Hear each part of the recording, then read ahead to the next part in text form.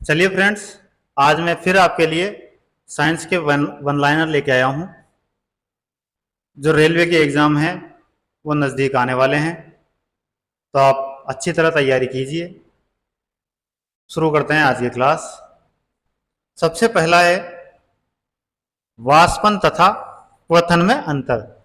एक तो होता है वाष्पीकरण यानी कि वाष्प बनना, और एक एक होता है क्वथन यानी उबलना, बॉयल होना। तो दोनों में क्या क्या अंतर है वो दिया गया है इसमें। तो जो वाष्पन है यह क्रिया प्रत्येक ताप पर होती है, चाहे कम हो ज्यादा हो, कोई सा भी ताप हो, प्रत्येक ताप पर यह होती है। क्वथन जो होता है यह क्रिया एक निश्चित ताप पर होती है। जो बॉइलिंग एक होता है बॉइलिंग पॉइंट, क्वथनांक, क्वथन का अंक, वो एक निश्चित पॉइंट होता है। उसी ताप पर जाने के बाद ही वो जो द्रव होता है वो उबलने लगता है या बॉयल होने लगता है। वाष्पन में देखो, इसमें द्रव अपने अंदर से या उसके संपर्क से रखी वस्तु से ताप लेता है। यानी कि द्रव अपने अंदर से लेता है या फिर उसके संपर्क में कोई भी ताप वाली वस्तु रखी हुई रहती है, उसके संपर्क में आने से वो क्या है, ताप लेता है। क्वथन में इसमें बाह्य स्रोत से उष्मा देनी पड़ती है। क्वथन के लिए बाह्य स्रोत से उष्मा देनी पड़ती है। जैसे हम गैस पे पानी गर्म करते हैं या दूध पे गर्म करते हैं, तो बाह्य स्रोत होता है, उससे जो है उष्मा देनी पड़ती है। फिर वाष्पन में यह क्रिया धीरे धीरे होती है। क्वथन जो होती है यह एक तीव्र प्रक्रिया है। वाष्पन धीरे धीरे होने वाली क्रिया है और क्वथन एक तीव्र गति से होने वाली प्रक्रिया है। आगे चलो। जब दो इलेक्ट्रॉन एक ही कक्षा में होते हैं तो उनमें पाया जाता है। दो इलेक्ट्रॉन यदि एक ही कक्ष में होंगे तो उनमें क्या पाया जाएगा, विपरीत चक्रण पाया जाएगा।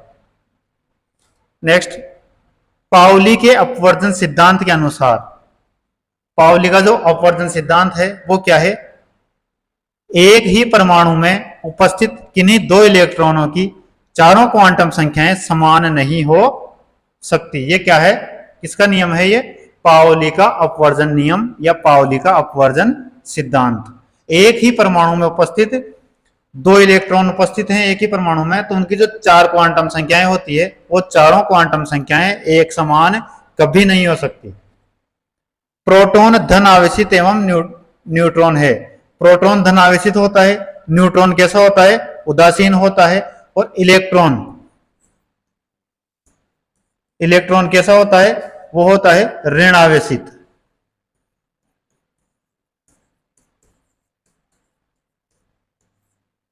इलेक्ट्रॉन ऋण आवेशित होता है।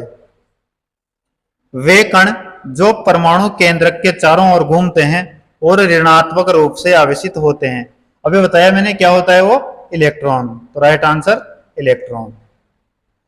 न्यूट्रॉन की खोज के लिए नोबेल पुरस्कार दिया गया था। किसको दिया गया था, तो जेम्स चैडविक को। न्यूट्रॉन की खोज किसने की, चैडविक ने। ईंट पग नाचे। इलेक्ट्रॉन की थॉमसन ने, प्रोटॉन की गोल्डस्टीन ने, और न्यूट्रॉन की चैडविक ने। ईंट पग नाचे, लिख देता हूं यहां पे। इलेक्ट्रॉन की थॉमसन, जे जे थॉमसन। प्रोटॉन की गोल्डस्टीन ने, और न्यूट्रॉन की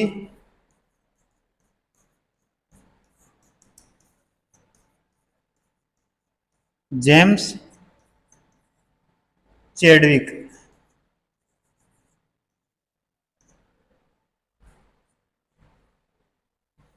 चलो आगे। परमाणु तत्व का परमाणु क्रमांक 17 है, सॉरी, किसी तत्व का परमाणु क्रमांक 17 है और द्रव्यमान संख्या 36 है, उसमें न्यूक्लियॉन में न्यूट्रॉनों की संख्या है। राइट आंसर होगा उसका 19, 19। देखो इसका एक फॉर्मूला होता है कि जो तत्व की द्रव्यमान संख्या होती है,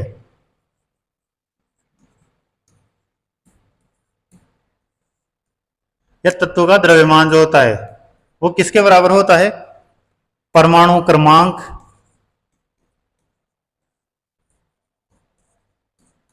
प्लस न्यूट्रॉन की संख्या।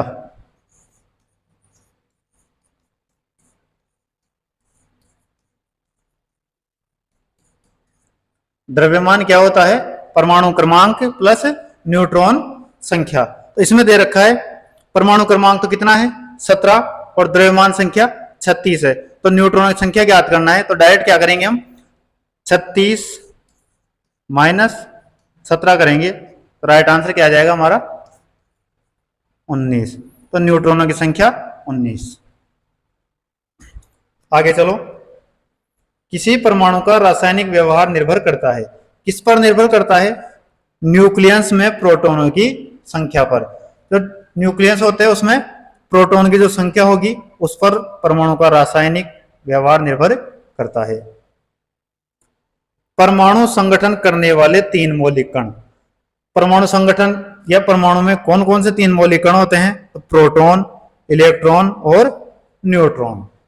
प्रोटॉन धनावेशित, इलेक्ट्रॉन ऋणावेशित और न्यूट्रॉन आवेश रहित होता है। नेक्स्ट पेज पे चलते हैं।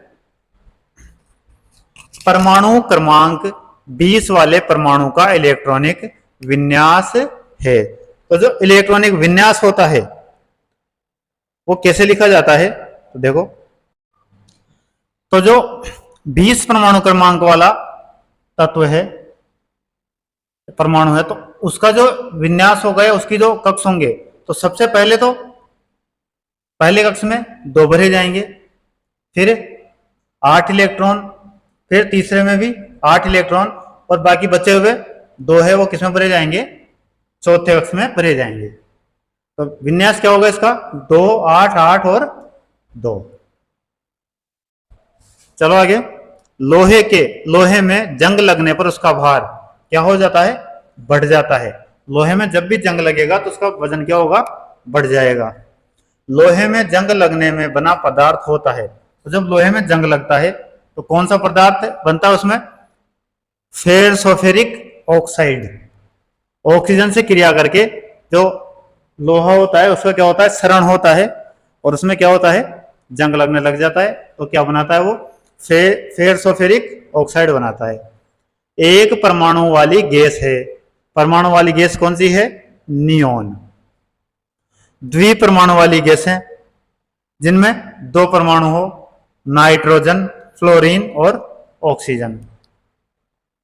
ऑक्सीजन की +2 ऑक्सीकरण संख्या होती है केवल OF2 में। न्यूक्लियस की द्रव्यमान संख्या, न्यूक्लियस की द्रव्यमान संख्या इसमें कथन दिया गया है, तो 4 कथन होंगे, उसमें राइट करना था। तो क्या होगा इसका राइट कथन? कभी उनके परमाणु क्रमांक से अधिक और कभी उसके बराबर होती है। यानी कि जो न्यूक्लियस की द्रव्यमान संख्या होती है वो कभी तो परमाणु क्रमांक के बराबर होगी और कभी परमाणु क्रमांक से अधिक होगी। अगला देखो, सामान्य उर्वरकों में जिन 3 तत्वों की सबसे अधिक आवश्यकता होती है वे हैं। जो उर्वरक होते हैं, जो हमारे रासायनिक खाद होते हैं, रासायनिक उर्वरक होते हैं, उनमें 3 जो तत्व होते हैं वो सबसे अधिक होते हैं। वो कौन कौन से हैं? नाइट्रोजन, पोटेशियम और फास्फोरस। आगे, नाइट्रोजन, फास्फोरस, पोटास का उपयोग जिस अनुपात में होना चाहिए वह है, तो अनुपात है वो 4:2:1। यदि हम 4 किलो नाइट्रोजन ले रहे हैं तो 2 किलो फास्फोरस और 1 किलो पोटास लेना पड़ेगा। तो इनका अनुपात होता है 4:2:1। वह एक तत्व जिसे वाणिज्यिक उर्वरकों में पाए जाने की संभावना सबसे कम होती है वो कौन सा होता है? सिलिकॉन। सिलिकॉन सबसे कम पाया जाता है, न के बराबर पाया जाता है। नाइट्रोजन युक्त उर्वरक के उत्पादन का मुख्य स्रोत, तो नाइट्रोजन युक्त जो उर्वरक होता है उसका मुख्य स्रोत क्या होता है? नाइट्रोजन।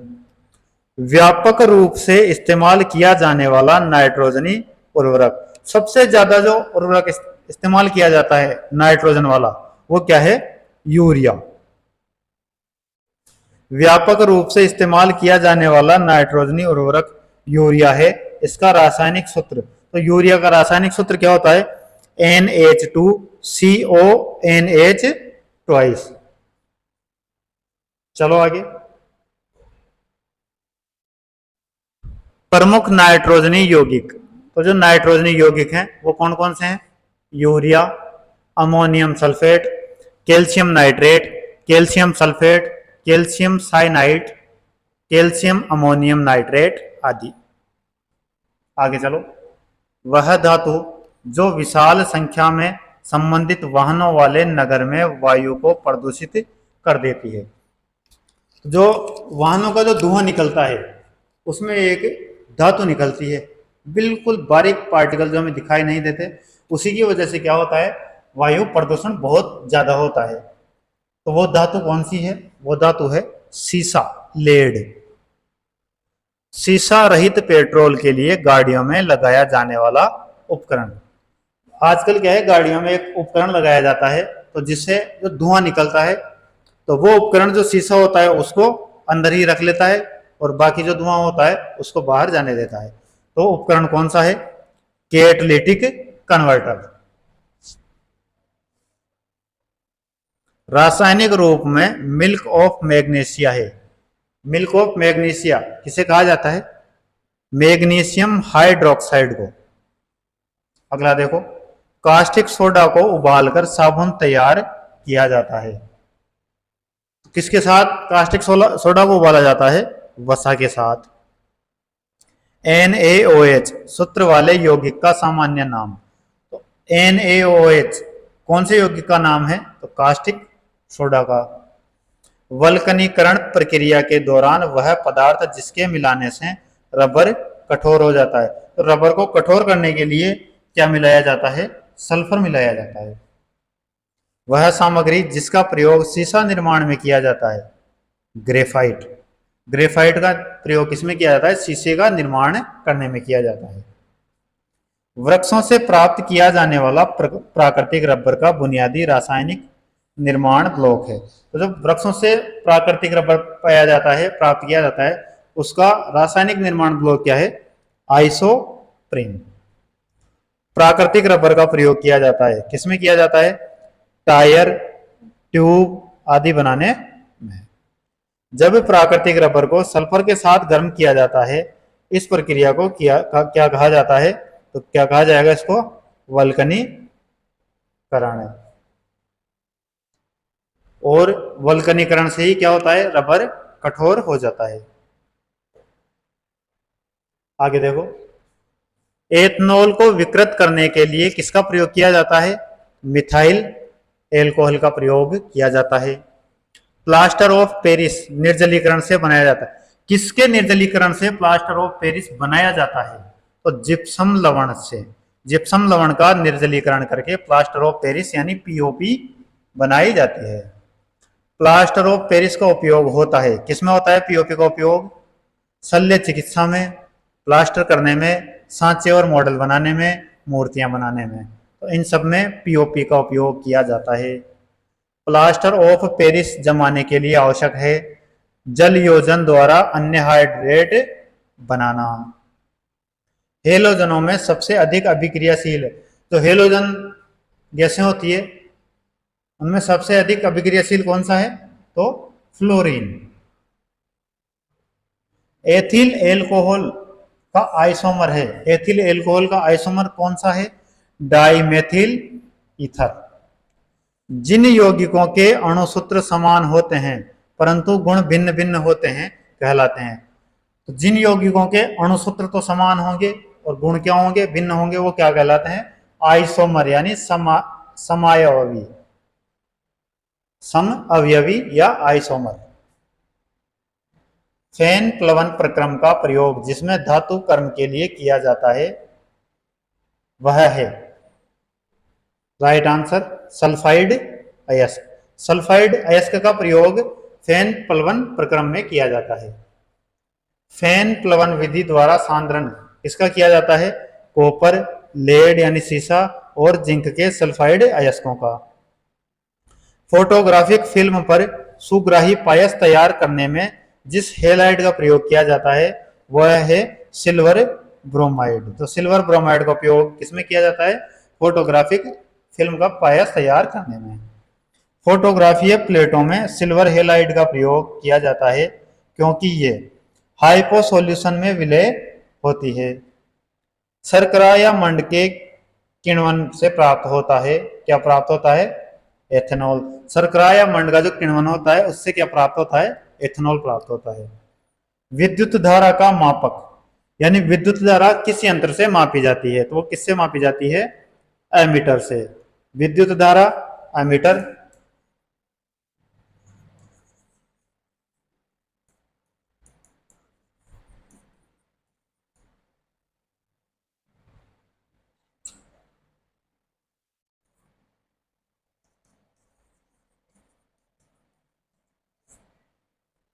वोल्टेज,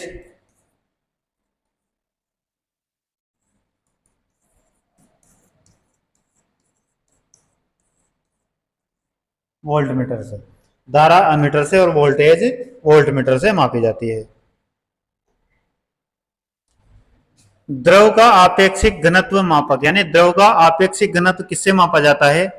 हाइड्रोमीटर से। द्रव का आपेक्षिक घनत्व हाइड्रोमीटर से। आपने देखा होगा जब भी हम किसी बड़ी व्हीकल की बैटरी हमारी क्या हो जाती है? डिस्चार्ज हो जाती है, तो हम जो मिस्त्री होता है या टेक्नीशियन होता है उसके पास जाते हैं, तो उसके पास एक कांच की नलीनुमा एक यंत्र होता है जिसको बैटरी में डालता है और बैटरी का पानी उसमें आता है और उससे वो चेक करता है कि बैटरी डिस्चार्ज है या चार्ज है। तो वो जो यंत्र होता है उसी को क्या कहा जाता है? हाइड्रोमीटर कहा जाता है। विभवांतर मापक, वोल्टमीटर। अभी मैंने बताया वोल्टेज जिसे मापते हैं, वोल्टेज बोल दो या विभवांतर बोल दो, वो किससे मापा जाएगा? वोल्ट मीटर से। तापमान मापक, तापमान किससे मापा जाता है? टेम्परेचर थर्मोकपल से। फिर देखो ग्रीन हाउस गैसें हैं। ग्रीन हाउस गैसें कौन कौन सी है?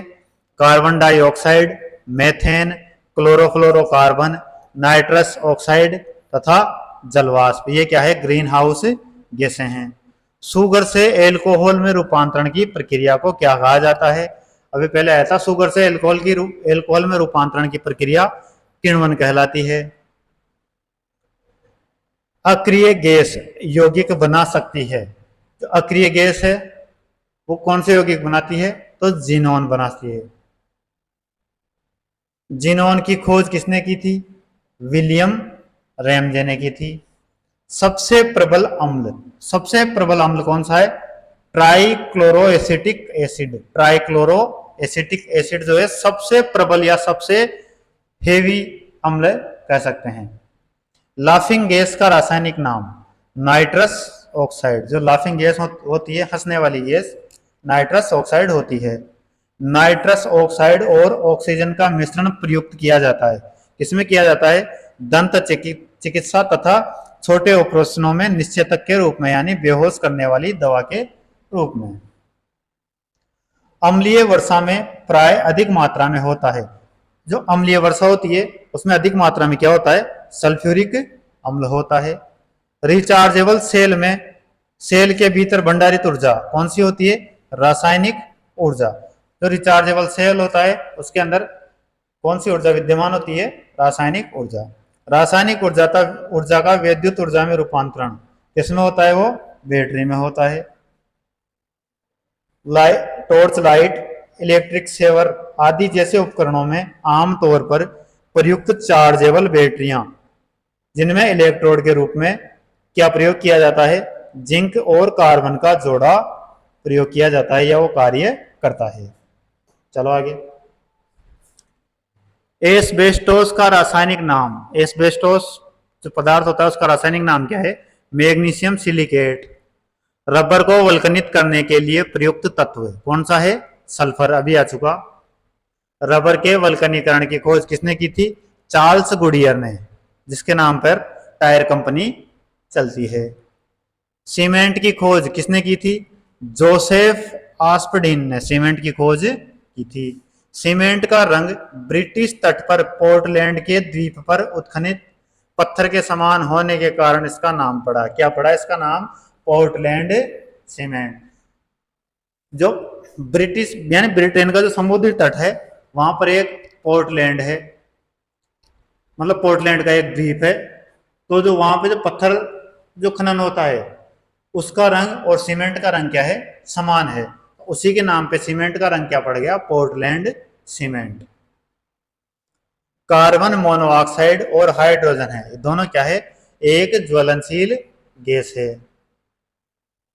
अब आगे देखते हैं, द्रव के तीन अवस्था है द्रव की, ठोस, द्रव और गैस। जो पदार्थ होता है द्रव्य, द्रव्य की तीन अवस्था, पदार्थ की तीन अवस्था है, उनके बारे में हम थोड़ा देखते हैं अंतर अंतर जो क्या है। तो सबसे पहले देखो गुण, तो पहला है आकार।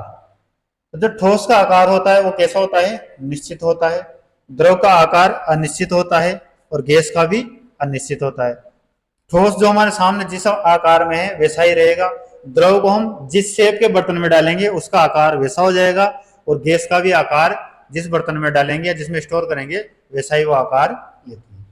फिर है आयतन, तो ठोस का आयतन भी निश्चित होता है, द्रव का आयतन निश्चित होता है, लेकिन गैस का आयतन अनिश्चित होता है। अब बहने के गुण, ठोस जो है वो बहते नहीं है, द्रव है ये ऊपर से नीचे तक तब तक बहेंगे जब तक कि उनका तल समतल नहीं हो जाए। यानी द्रव जो है ऊंचाई से नीचाई की तरफ बहते, या ऊंचे स्थान से नीचे स्थान की तरफ बहते हैं, लेकिन समतल पे ये नहीं बहते। गैस में देखो ये प्रत्येक दिशा में फैलते हैं। जो गैस होती है वो कोई सी भी दिशा हो, ऊपर हो चाहे नीचे हो चाहे समतल हो, सभी जगह गैस फैलती है। अब दाब का प्रभाव देखो, दाब का क्या क्या प्रभाव होता है। तो ठोस है, इनको बहुत कम दबाया जा सकता है। जो ठोस होता है वो थोड़ा सा दबाने पे ही क्या हो जाएगा, टूट जाएगा।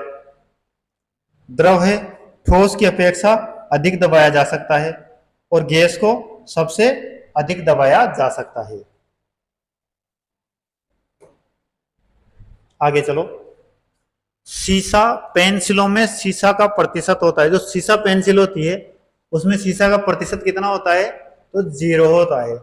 नाम सुन के कंफ्यूज नहीं होना है। जब ग्रेफाइट को मोम के साथ मिलाया जाता है तो क्या बनता है, सीसा पेंसिल बनती है। ग्रेफाइट और मोम दोनों को मिलाएंगे तब जाके क्या बनेगी, सीसा पेंसिल बनेगी। हाँ सीसा मत कर देना, हाँ पुष्पा नाम सुन के फ्लावर समझाइए। तो सीसा नाम सुन के सीसे पे टिक मत कर देना। सीसा कितना होता है, 0% होता है। सीसा पेंसिल नाम क्यों दिया है, किसमें दिया गया है, ग्रेफाइट और मोम के मिश्रण से मिलाया जाता है, तब जाके क्या बनती है, सीसा पेंसिल बनती है। साधारण लवण का रासायनिक नाम क्या है, सोडियम क्लोराइड। किडनी स्टोन में पाया जाता है। तो किडनी में जो स्टोन होते हैं या हम बोलते हैं कि पथरी होती है, तो पथरी जो होती है वो क्या नाम है पथरी का, कैल्शियम ऑक्सलेट। जो कैल्शियम के ऑक्सलेट होते हैं वो क्या होते हैं, किडनी में जाके जमा हो जाते हैं और वो किसका रूप ले लेते हैं, एक स्टोन टाइप का रूप ले लेते हैं। वही क्या कहा जाता है, किडनी स्टोन या फिर पथरी कहा जाता है। सिरके का मुख्य अंग क्या होता है, एसिटिक एसिड होता है।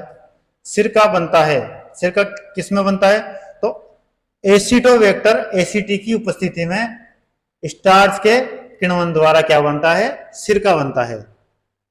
जो एसिटोवेक्टर एसिटिक होता है उसकी उपस्थिति में जब स्टार्च का किण्वन किया जाता है उसके द्वारा क्या बनता है, सिरका बनता है। कॉपर इलेक्ट्रोडों का प्रयोग करके कॉपर सल्फेट में जलीय घोल के विद्युत अपघटन से मिलता है। कॉपर इलेक्ट्रोडों का प्रयोग करके जो कॉपर सल्फेट में जलीय घोल से जो विद्युत अपघटन मिलता है तो किससे मिलता है, कैथोड पर कॉपर और एनोड पर ऑक्सीजन। तो कैथोड पे क्या मिलेगा हमें, कॉपर मिलेगा और एनोड पर ऑक्सीजन मिलेगा। अगला देखो, दिया सलाई की नोक में होता है। जो दिया सलाई होती है यानी माचिस की जो तीली होती है उसकी नोक में क्या लगा होता है, लाल फास्फोरस। दिया सलाई में प्रयोग किया गया फास्फोरस का अपरूप होता है, किसका अपरूप है, लोहित फास्फोरस का। दिया सलाई के विनिर्माण में प्रयुक्त मूल तत्व कौन सा है, फास्फोरस।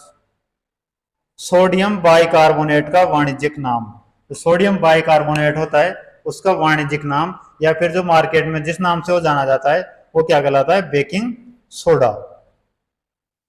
खाने के सोडा का प्रयोग किया जाता है। तो खाने का सोडा होता है, उसका प्रयोग किसमें किया जाता है? खाद्य पेय पदार्थों को बनाने में, जिसे हम क्या कहते हैं? Baking soda. और एक होता है धोवन सोडा, उसका प्रयोग किया जाता है जो बर्तन कपड़े आदि जो धोने के जो साबुन वगैरह बनता है उसमें किया जाता है धोवन सोडा का प्रयोग। खाने के सोडा का रासायनिक नाम क्या है? Sodium bicarbonate. Tincture iodine, iodine का घोल है पोटेशियम आयोडाइड में। तो टिंचर आयोडीन पोटेशियम आयोडाइड में आयोडीन का घोल है। आगे चलो। मसाला यानी मार्टर एक मिश्रण होता है जल, बालू और भुजे हुए चूने का। जो हम मकान का मसाला बनाते हैं वो किस किस का मिश्रण होता है? उसमें जल होता है, उसमें बालू रेत होती है, और क्या होता है? भुजा हुआ चूना होता है। ऊन तंतु का विकल्प है। ऊन कौन से तंतु का विकल्प है? नायलॉन का विकल्प है। किसी मृदा का पीएच मूल्य उस विशेष मृदा में मापित करता है। तो जो मृदा का पीएच मूल्य होता है वो क्या मापित करता है? क्या मापता है? अम्ल अंश को, यानी कि उस मिट्टी में अम्लीय मात्रा कितनी है। यदि आप स्थिर वायु में धूल कणों को देखने के लिए एक सूक्ष्मदर्शी का प्रयोग करें तो वे आपको हर समय चलते हुए दिखाई देंगे। इस परिघटना को कहते हैं, इस परिघटना को क्या कहा जाता है? ब्राउनी प्रभाव कहा जाता है। भूरी शर्करा के विलयन को विरंजित करने के लिए प्रयोग में लाए जाने वाले कोयले यानी चारकोल को क्या कहते हैं? जंतु चारकोल कहा जाता है। गैस के गुब्बारों में हाइड्रोजन गैस की जगह हीलियम गैस का प्रयोग किया जाता है क्योंकि वह कैसी होती है? अधाद्य होती है, यानी हल्की होती है। प्रदूषण नियंत्रण कार्यक्रम का उद्देश्य नदियों में विसर्जन कम करना है। किसका विसर्जन कम करना है? ऑक्सीजन त्रासक का। वह अम्ल जो मूलतः कार्बनिक नहीं होता है कौन सा है? सल्फ्यूरिक अम्ल। सल्फ्यूरिक अम्ल H2SO4 का उपयोग किया जाता है। किसमें किया जाता है? पेट्रोलियम के शोधन में, निर्जलीकरण में, लेड स्टोरेज बैटरियां बनाने में, ऑक्सीकारक इत्यादि के रूप में। तो पेट्रोलियम को शुद्ध करने में किया जाता है, निर्जलीकरण में किया जाता है, और लेड स्टोरेज जो बैटरियां होती है उनमें किया जाता है, ऑक्सीकारक के रूप में किया जाता है। पाइराइट अयस्क को जलाने से मिलती है कौन सी गैस मिलती है? सल्फर डाई ऑक्साइड मिलती है। किसे जलाने से? पाइराइट अयस्क को जलाने से। कोका कोला का खट्टा स्वाद होने का कारण कौन सा एसिड है? Phosphoric acid. आगे चलो। स्कंदन कारक सोविंग एजेंट के रूप में मृदुपेय के निर्माण में प्रयुक्त किया जाता है। क्या किया जाता है? फास्फोरिक अम्ल का प्रयोग किया जाता है। कपड़ों और बर्तनों को साफ करने के लिए प्रयुक्त डिटर्जेंट में क्या होते हैं? सल्फोनेट होते हैं।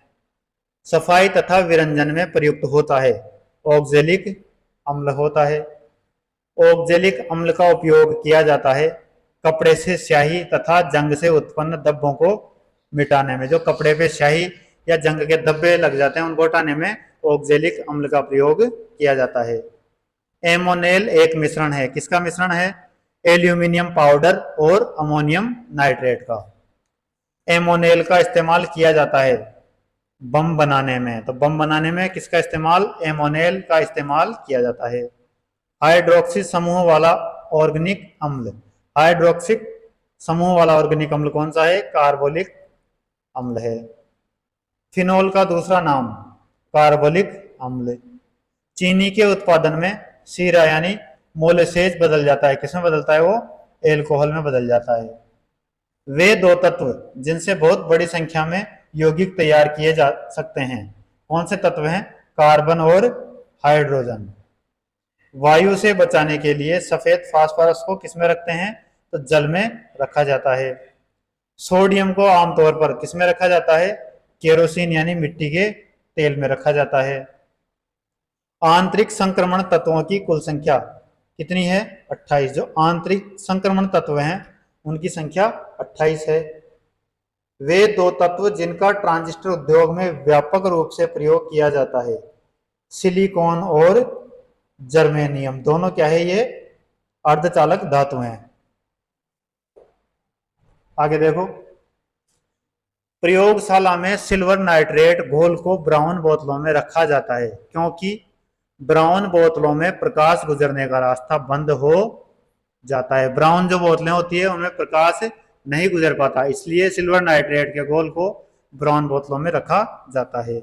एल्कोहली समूह की पहचान की जा सकती है, कौन से परीक्षण द्वारा? FeCl3 परीक्षण द्वारा। वह रसायन जिसका प्रयोग जैव पदार्थों के संलेपन में किया जाता है। तो जो शव होते हैं उनके ऊपर लेपन किया जाता है उनको सड़ने से बचाने के लिए। तो कौन से पदार्थ का किया जाता है? फॉर्मेल्डिहाइड का। फॉर्मेलिन एक जलीय विलयन है, किसका विलयन है? मिथेनॉल का। वह अम्ल जिसका प्रयोग शीशे के संचयन वाले सेल में किया जाता है, सल्फ्यूरिक एसिड का। KMnO4 का प्रयोग किया जाता है, रोगाणु नाशी के रूप में किया जाता है। KMnO4 एक एंटीसेप्टिक है जिसका उपयोग किया जाता है हाथों तथा पैरों में त्वचा रोग तथा कवकों के संक्रमण को रोकने में तथा अल्सर के उपचार में KMnO4 का उपयोग किया जाता है, और ये क्या है? एक एंटीसेप्टिक है। साबुन उद्योग को मिलने वाला उपोत्पाद है, कौन सा है? ग्लिसरॉल। तो साबुन उद्योग में किसका प्रयोग किया जाता है? ग्लिसरॉल का प्रयोग किया जाता है। साबुन बनाने में निहित प्रक्रिया को क्या कहते हैं? साबुनीकरण कहा जाता है। वह गैस जो वायुमंडल की मांग नहीं है, यानी वायुमंडल में विद्यमान नहीं होती है, वो है क्लोरीन। एल्यूमिनियम को शुद्ध किया जा सकता है, किसके द्वारा? विद्युत अपघटन द्वारा एल्यूमिनियम को शुद्ध किया जा सकता है। वह बहुत अधिक पकाना और खाद्य तेलों को बार बार प्रयोग अत्यधिक अवांछनीय होने के कारण कोर्सनोजेनिक पदार्थ जैसे बेंजाइटिन पैदा हो जाते हैं। इसीलिए कहा जाता है कि ये जो खाद्य तेल होते हैं इनको बार बार प्रयोग करने से ये कैसे हो जाते हैं? जहरीले हो जाते हैं। हाइड्रोजन स्पेक्ट्रम की व्याख्या सर्वप्रथम किसने की थी? तो नील्स बोर ने की थी।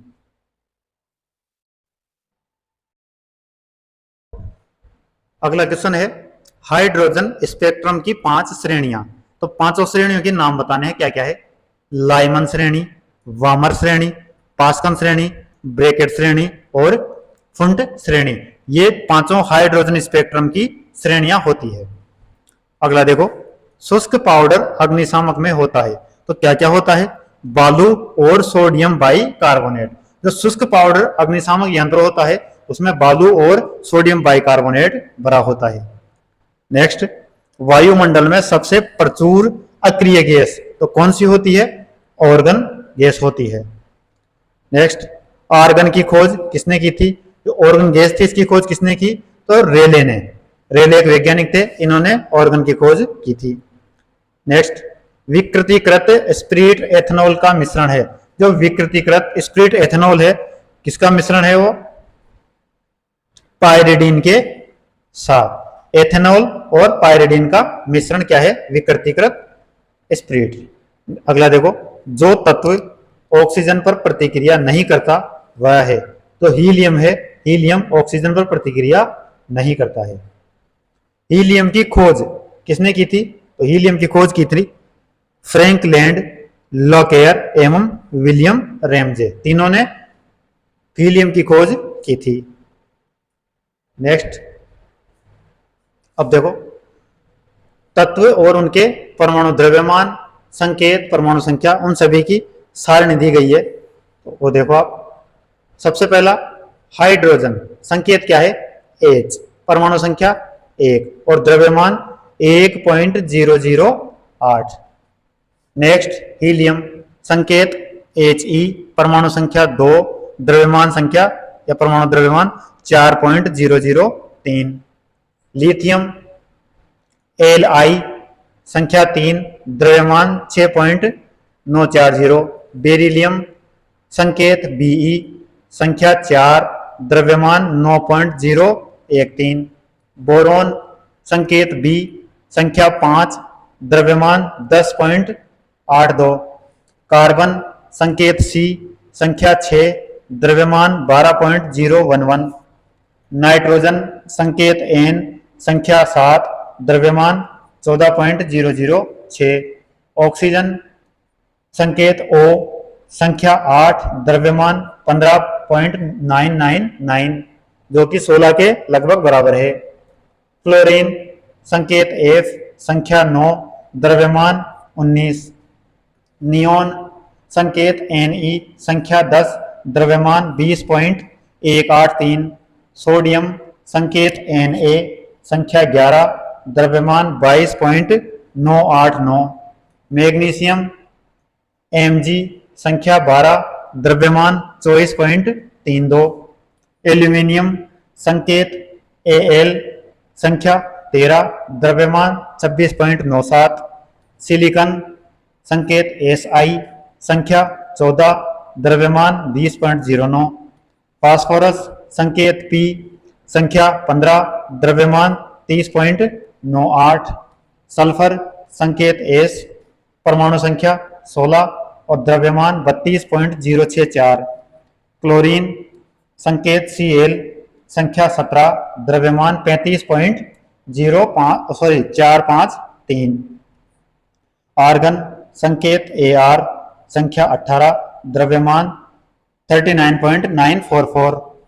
पोटेशियम संकेत K संख्या 19 द्रव्यमान 39.09। कैल्शियम संकेत Ca संख्या 20 द्रव्यमान 40.08। मैग्नीज संकेत Mn परमाणु संख्या 25 और द्रव्यमान 54.94। लोहा संकेत Fe संख्या 26 द्रव्यमान 55.847। तांबा संकेत Cu संख्या 29 और द्रव्यमान 63.546। जस्ता संकेत Zn संख्या 30 द्रव्यमान 65.38। ब्रोमीन संकेत Br संख्या 35 द्रव्यमान 79.916। चांदी Ag 47 और 107.880। Tin Sn 50 118.70। सोना Au 79 196.9665। सीसा Pb संख्या 82 यानी 8282 और द्रव्यमान 207.21। तो ये कुछ मुख्य तत्व, उनके परमाणु द्रव्यमान, परमाणु संख्या और उनके संकेत थे, तो इनको आपको याद रखना है। चलें आगे। नेक्स्ट देखो, रसायन विज्ञान की शाखाएं दे रखी है। सबसे फर्स्ट है कार्बनिक रसायन। तो इसके अंतर्गत कार्बन के यौगिकों का अध्ययन किया जाता है। कार्बनिक रसायन में कार्बन के जो यौगिक होते हैं उनका अध्ययन किया जाता है। अगला है अकार्बनिक रसायन। तो अकार्बनिक रसायन में सभी तत्वों एवं उनके यौगिकों के बनाने की विधि, गुणधर्म, उपयोग एवं संरचना आदि का अध्ययन किया जाता है। अगला है भौतिक रसायन। भौतिक रसायन में रासायनिक अभिक्रियाओं के नियम तथा सिद्धांतों का अध्ययन किया जाता है। विश्लेषिक रसायन, इसमें पदार्थों की पहचान, उनकी मात्रा निर्धारित करने की विधियां, इनका अध्ययन किया जाता है। औद्योगिक रसायन में पदार्थों का वृहद परिमाण में निर्माण करने से संबंधित नियम, उनकी अभिक्रियाएं और उनकी विधियों का अध्ययन किया जाता है। फिर जैव रसायन।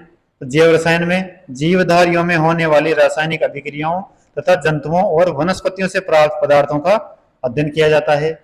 कृषि रसायन। तो कृषि रसायन में कृषि से संबंधित रसायनों का अध्ययन किया जाता है। विश्लेषित रसायन। विश्लेषित रसायन में पदार्थों की पहचान और उनके अनुमापन का अध्ययन किया जाता है। औषधि रसायन, इसमें मनुष्य के प्रयोग में आने वाली जो औषधियां हैं उनके संगठन एवं बनाने की विधियों का अध्ययन किया जाता है। अगला देखो युद्ध रसायन। तो इसमें युद्ध में काम आने वाले पदार्थों के निर्माण, उनके उपयोग का अध्ययन किया जाता है। वह कैसे उनका निर्माण होगा और कैसे उनका उपयोग होगा। नाभिकीय रसायन। तो यह आधुनिक शाखाओं में से एक है। ये जो शाखा है इसके अंतर्गत किसका अध्ययन होता है? तो परमाणु के नाभिक में होने वाले परिवर्तनों जैसे नाभिकीय विखंडन और संलयन आदि का अध्ययन किया जाता है। फिर है अंतरिक्ष रसायन। तो इसमें अंतरिक्ष यानों में प्रयुक्त होने वाले जो ईंधन होता है उसका, उनको बनाने में काम आने वाली जो सामग्री होती है उसका, अंतरिक्ष यात्रियों की जो पोशाक होती है उनको बनाने के लिए जो सामग्री है उसका अध्ययन किया जाता है। नेक्स्ट चलो, अब अगला देखो, जो वायुमंडलीय जो गैसें हैं वो गैसें कौन कौन सी है और उनका कितना कितना आयतन है प्रतिशत में, वो दिया गया है। तो सबसे मुख्य है वो है नाइट्रोजन। नाइट्रोजन की मात्रा कितनी है वायुमंडल में? 78.084%। दूसरे नंबर पे आती है ऑक्सीजन। ऑक्सीजन की मात्रा 20.946%। तीसरे नंबर पे ऑर्गन 0.934%। चौथे नंबर पे कार्बन डाइऑक्साइड 0.033%। फिर अन्य गैसें जो बाद में जो बची हुई है वो गैसें हैं 0.003%। तो ये हमारे वायुमंडल की गैसों का प्रतिशत था। आगे चलो।